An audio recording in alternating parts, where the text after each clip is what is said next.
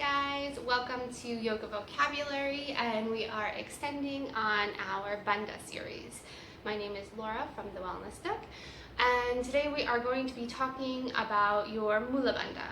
So we already went over bandhas in another video. They are locks within your body. There's 5 of them, and now we're deep diving into each of them. So your Mula bandha is probably one of the most common bandhas you'll hear about. It's pretty common where teachers will tell you to be engaging your Mula bandha. Your Mula bandha is at like the base of your body. So if you want to think about what the point of this is it's kind of helping from the base of your body, supporting the base of your body and lifting energy up. If you're thinking musculature, you're thinking like your pelvic floor and your deep core muscles to help create that lock or that bandha.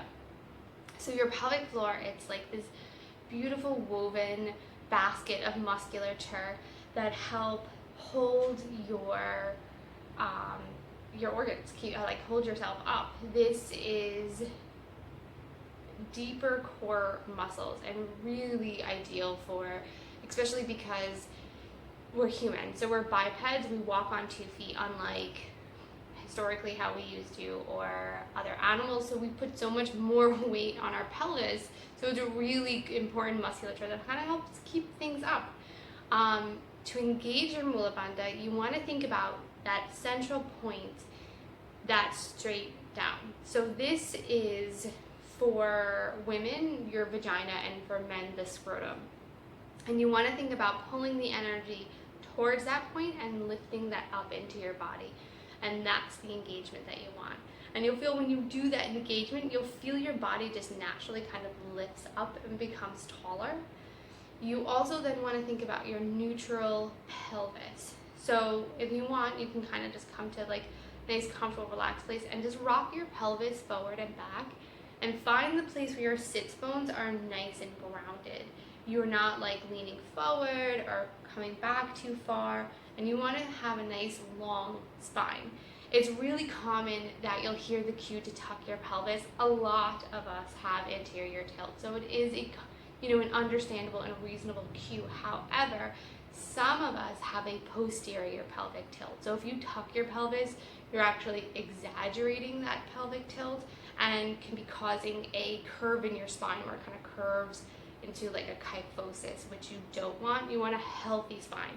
For example, somebody who has anterior tilt, they'll curve into a lordosis where their lower back dips in, and you don't want that either. You want the natural curves in your spine to occur and it to be nice and healthy, and that's what kind of helps make your spine bouncy and resilient to any kind of like shock or pounding. So you want to find that place where your pelvis is nice and neutral, your spine is long.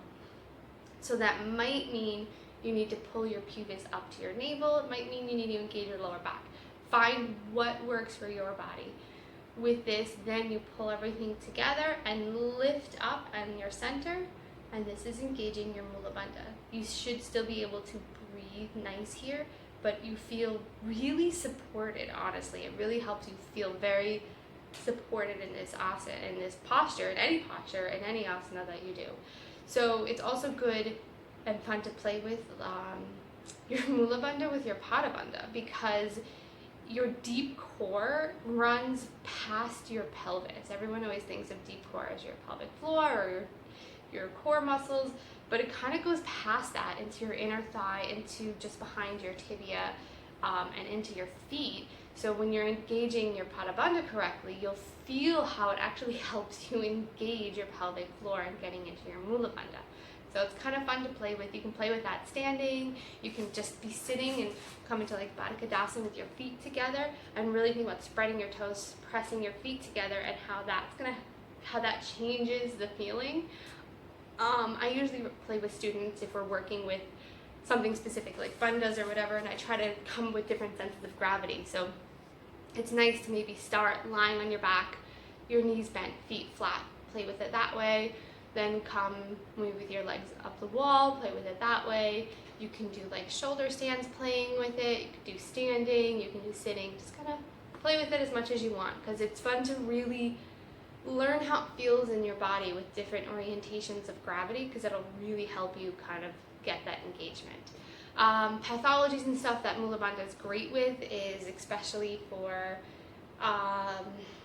postpartum women. It really helps with potential incontinence issues, which obviously any of us can have. It doesn't necessarily have to be after pregnancy, but it's pretty common after pregnancy. Also helps, another issue that's common with pregnancy, hemorrhoids, because it kind of helps really support all your issues, including all your visceral, so including your bowel. And it helps with just overall, like a stronger pelvic floor actually gives you better orgasms. Another fun fact. It just really helps hold your organs. It really helps hold your body and keep you stable. So it's really important to keep that healthy. Like any other part of your body, you want to keep everything healthy and strong, and this is such a nice support for your organs. So keeping this healthy will also help in keeping your organs healthy. So I hope this video was interesting for you. You can like it, you can subscribe so you can get notified, and ring the bell so you can get notified when I post the other videos on different yoga vocabulary words and the other bandhas. And any questions, any comments, any requests, just leave them down below, and I will hopefully see you guys next time.